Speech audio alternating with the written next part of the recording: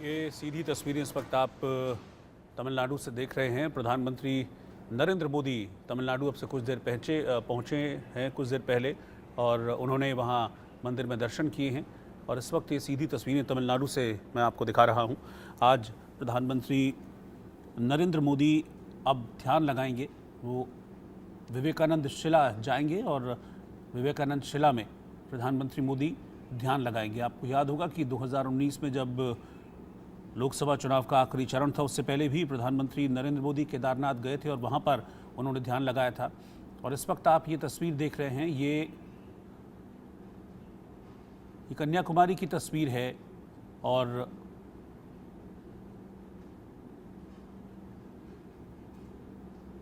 ये उसी शिला की तस्वीर है, जैसा कि लग रहा है इन तस्वीरों में देखकर, जहां पर प्रधानमंत्री ध्यान मग्न होंगे। 24 घंटे तक प्रधानमंत्री नरेंद्र मोदी ध्यान लगाएंगे। केदारनाथ मंदिर में भी ऐसा ही रुद्र गुफा में प्रधानमंत्री नरेंद्र मोदी ध्यान मग्न हुए थे 2019 में आखिरी चरण से पहले। और अब 1 जून को आखिरी चरण का चुनाव होना है, उसके लिए वोट डाला जाना है।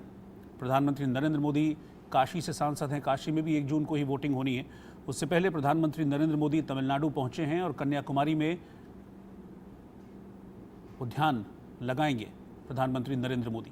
ये सीधी तस्वीरें इस वक्त मैं आपको दिखा रहा हूँ। जैसे ही तमिलनाडु पहुंचे थे प्रधानमंत्री मोदी, सबसे पहले तमिलनाडु में उतरकर उन्होंने मंदिरों में दर्शन किए, वहाँ आशीर्वाद लिया। और इस वक्त आप ये सीधी तस्वीरें मैं आपको कन्याकुमारी से दिखा रहा हूँ।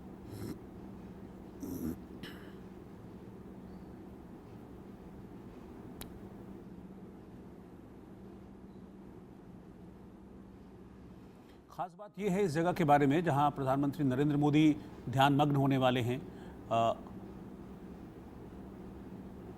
स्वामी विवेकानंद ने भी जब धर्म सभा हुई थी 1893 में, धर्म सभा में हिस्सा लेने के बाद स्वामी विवेकानंद भी इसी जगह पर आए थे और यहाँ पर उन्होंने ध्यान लगाया था। अब ठीक उसी जगह, इसको विवेकानंद रॉक के नाम से भी इस जगह को जाना जाता है। और इस जगह की अगर डेमोग्राफी की मैं बात करूं तो ये आप ये समझ लीजिए कि समंदर में करीब आधा किलोमीटर का सफ़र तय करने के बाद एक टापू सा है, एक शिला है। इस शिला पर बैठकर ही ध्यान मग्न हुए थे, ध्यान में लीन हुए थे स्वामी विवेकानंद। और यहीं पर प्रधानमंत्री मोदी भी ध्यान लगाएंगे, साधना करेंगे। उनकी 24 घंटे की ये साधना होगी, जो संभवतः ये जो जानकारी मिल रही है आज शुरू होकर परसों दोपहर 1 जून तक वो विवेकानंद रॉक पर, विवेकानंद रॉक के नाम से ही इस जगह को जाना जाता है, वहाँ पर प्रधानमंत्री मोदी साधना में लीन होंगे, ध्यान मग्न होंगे। हालांकि इसको लेकर अब सियासत भी चल रही है, बहुत सारे स्टेटमेंट, सियासी बयानबाजियाँ भी बहुत कुछ देखने को मिल रही हैं। चाहे वो ममता बनर्जी हों या विपक्ष के बाकी नेता हों, वो लगातार मोदी के इस ध्यान पर, मोदी के इस कर्मयोग पर सियासत कर रहे हैं। ख़ास बात यह है कि इस दौरान पूरी तरीके से मौन रहेंगे प्रधानमंत्री नरेंद्र मोदी, चुप रहेंगे। 24 घंटे तक कन्याकुमारी में विवेकानंद रॉक मेमोरियल में ध्यान लगाएंगे प्रधानमंत्री नरेंद्र मोदी।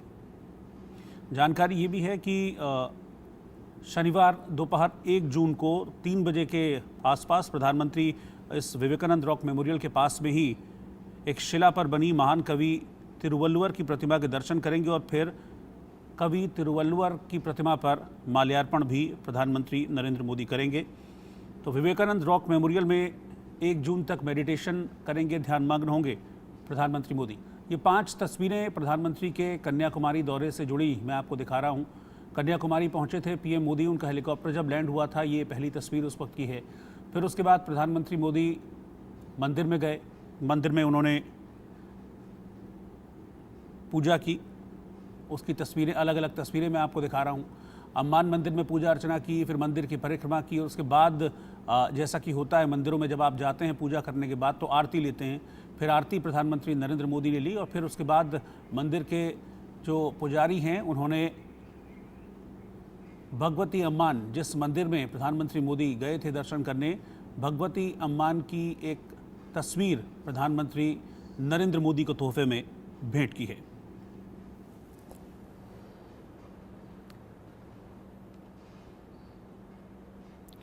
तो प्रधानमंत्री मोदी कन्याकुमारी में विवेकानंद रॉक मेमोरियल पर ध्यान में लीन होंगे। स्वामी विवेकानंद भारत के युवाओं के लिए प्रेरणा स्रोत रहे हैं। रामकृष्ण मिशन को सोशल रिफॉर्म के लिए भी जाना जाता है। बंगाल में स्वामी विवेकानंद और रामकृष्ण मिशन का खासा प्रभाव है। कोलकाता में रामकृष्ण मिशन के अंबिकानंद महाराज से इंडिया न्यूज संवाददाता रैनिक दत्ता ने बात की है। में ही बात करेंगे आज वंगीय हिंदू सेना का अध्यक्ष अंबिकानंद महाराज जी हम लोगों के साथ है। महाराज जी, पहले तो नमस्कार, इंडिया न्यूज़ में आपका स्वागत है। स्वामी विवेकानंद, जिसको लेकर पूरा यूथ जनरेशन इंस्पायर होते हैं, आपको क्या लगता है स्वामी जी के बारे में? आपका क्या मार्गदर्शन है? स्वामी विवेकानंद के विषय में गुरुदेव रविंद्रनाथ टैगोर का एक बहुल प्रचलित उक्ति, मतलब कि कोटेशन जो है कि गुरुदेव लिख रहे हैं अपने किताब में, अपने आत्मा चिंतन में, अगर भारतवर्ष को जानना है तो स्वामी विवेकानंद को पढ़ो। कौन लिख रहे हैं? गुरुदेव रविंद्रनाथ टैगोर। किन के विषय में लिख रहे हैं? स्वामी विवेकानंद। जो लिख रहे हैं और जिनके विषय में लिख रहे हैं, इन्हीं से पता चल रहा है कि स्वामी विवेकानंद क्या थे और वो क्या सोचते थे। सिर्फ और सिर्फ वो बंगाल के ही नहीं, भारतवर्ष के ही नहीं, पूरे विश्व मानव है। और आज सनातन हिंदू धर्म को पूरे विश्व में जो पूजा जाता है, जो माना जाता है, इसके पीछे जितने भी सारे संतों का, महात्माओं का, जितने भी सारे मनीषियों का प्रयास है, उनमें से सबसे ज्यादा और सबसे पहला प्रयास स्वामी विवेकानंद का था। यूथ जनरेशन का इंस्पिरेशन बोला जाता है, तो स्वामी विवेकानंद का यूथ टाइम कैसा स्वामी था? जी का अगर पूरा आप जिंदगी देखेंगे, उनका जन्म से लेकर उनका अंतिम समय तक, उनका देहांत हुआ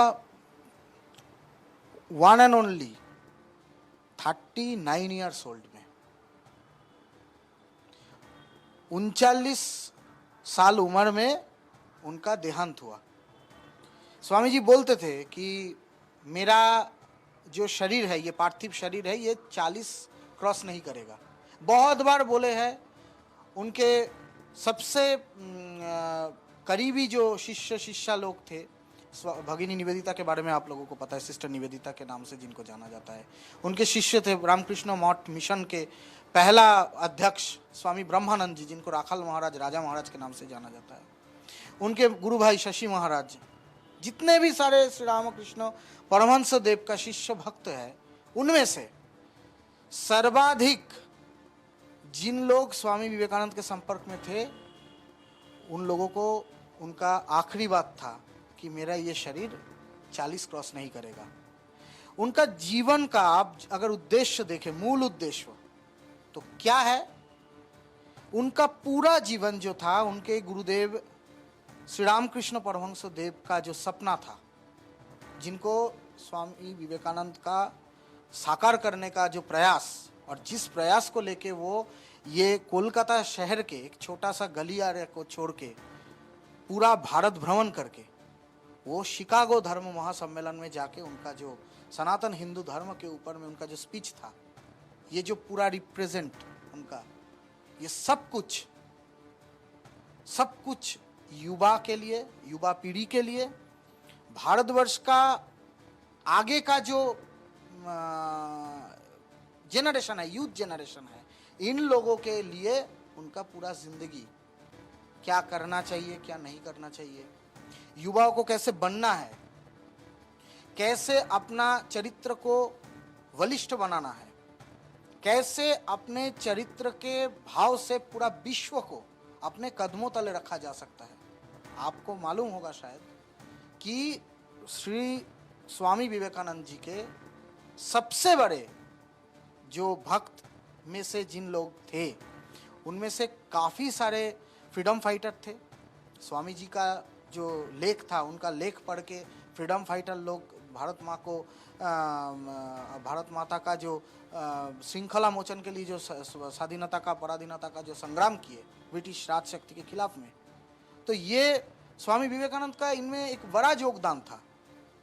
और स्वामी जी के सबसे बड़े जो स्वामी जी से इंस्पायर्ड थे वो थे नेताजी सुभाष चंद्र बोस। सुभाष चंद्र बोस अपने जीवन में छोटे उम्र से रामकृष्ण मिशन, ठाकुर श्री रामकृष्ण एंड स्वामी विवेकानंद का जो मनन है, जो चिंतन है, उनका जो वाणी है, वो सब कुछ को अपना जिंदगी का मूल वस्तु मान के आप उनका चलने का जो रास्ता है वो रास्ता मान के वो पूरा जिंदगी बिता दिए। स्वामी जी का सोशल रिफॉर्म का जो क्या था उसको लेकर क्या बोलेंगे? ठाकुर श्री रामकृष्ण परमहंस देव का जो वाणी था बंगाल में, शिवोज्ञान है जीव सेवा, मतलब कि इस दुनिया में जहां जहां भी दरिद्र लोग, जो लोग इकोनॉमिकली पीछे हैं, जिन लोगों के पास सहायता नहीं है, एडुकेशनल जो रिफॉर्म, ये सब कुछ ये शिवोज्ञान में जीव सेवा के आदर्श में आता है। शिवोज्ञान में जीव सेवा का जो आदर्श है, ये आदर्श क्या है कि हमारे अंदर जो आत्मा चैतन्य है, जिनको हम लोग शिव के रूप से पूछते हैं, आपके अंदर में भी वही शिव है, सभी के अंदर में वही शिव है। एक कुत्ते के अंदर भी जो शिव है, एक बिल्ली के अंदर में भी जो शिव है, हर प्राणियों में, हर मनुष्य में, ये पूरा धरती में सभी जगह पे शिव ही शिव है। तो शिव को मान के सभी को सेवा करो। ये सेवा ही तुमको आत्मानो मोक्षार्थम जगत धीताय च, मतलब अपने आप का मोक्ष तभी मिल सकता है जब आप पूरा विश्व का सेवा कर सकते हैं। यही जो वाणी है, यही वाणी को अपना सब कुछ मान के स्वामी जी भी अपने जिंदगी में चले अपने अंतिम चरण तक, और उन्हीं के रास्ते में रामकृष्ण मठ मिशन, रामकृष्ण परमहंस देव का जितने भी सारे भक्त हैं, हम लोग जो स्वामी जी को अपना आइकॉन मानते हैं, स्वामी विवेकानंद जी को, हम लोग भी उसी उनका वही दिशा में हम लोग चल रहे हैं। स्वामी जी का जो टेक्निक्स, वो टेक्निक्स किस तरीके से चलता था और टेक्निक्स किस तरीके से इस्तेमाल किया जाता था? देखिए, स्वामी विवेकानंद जी बहुत प्रैक्टिकल थे। स्वामी विवेकानंद जी, हम लोगों के पास में क्या है, हम लोग क्या सोचते हैं कि एक संत जो है वो ऐसा होगा, ऐसा उनका होना चाहिए, ऐसा उनका विचारधारा होना चाहिए, ऐसे उनका मनन होना चाहिए, हम एक तरीके से सोचते हैं। स्वामी जी ये सब कुछ से, सभी लिमिटेशन से परे थे, सभी लिमिटेशन से बाहर थे। स्वामी जी का जो चिंतन था, जो अद्वैत वेदांत के बारे में भगवान आदि शंकराचार्य जी ने कहा था सही कई सौ साल पहले, उन्हीं को, जंगल का वेदांत को वो घर के अंदर में घर का वेदांत बनाना चाहते थे। इसी जो दिशा में प्रैक्टिकल थे बहुत। कहीं पे भी दुर्भिक्ष हुआ, कोलकाता में प्लेग उस समय बहुत खतरनाक एक बीमारी था, महामारी था, जैसे कोरोना था कुछ ही साल पहले। ये प्लेग में ऐसा सिचुएशन हुआ, कलकत्ता में हर गली में, हर रास्ते में, जगह जगह में सब मर रहे थे, पशुएं मर रही थी, इंसान मर रहे थे, गांव गांव उजाड़ हो जा रहा था ये महामारी के कारण से। तब स्वामी जी उस समय थे, वो क्या बोल रहे थे, क्या काम है इस मठ से, जो मठ, जो संत, इतना सारे महामारी में इतना लोग मर रहे हैं, गांव के गांव उजाड़ हो रहा है, इन सभी में कोई योगदान ना कर सके। इस मठ को बेच देना चाहिए, बेच के जो अर्थ उठेगा वो अर्थ को, आर्त पीड़ित, दुर्भिक्ष पीड़ित जो इंसान है उनका सेवा में हम देना चाहते हैं। तो ये जो प्रैक्टिकल उनका चिंतन था, सिर्फ और सिर्फ घंटा बजाने का या पूजा पाठ करने का सोच उनका नहीं था। उनका सोच था एक आदर्श, एक आइडियोलॉजी, जो आइडियोलॉजी आज स्वामी जी के नाम से पूरा विश्व को पता है। स्वामी विवेकानंद जी के बारे में हम लोग बात कर रहे थे अम्बिकानंद महाराज जी से, और स्वामी जी के बारे में आपका जो मार्गदर्शन, उनके बारे में जो बताया, उसके लिए धन्यवाद। कैमरा पर्सन अमित धनुक के साथ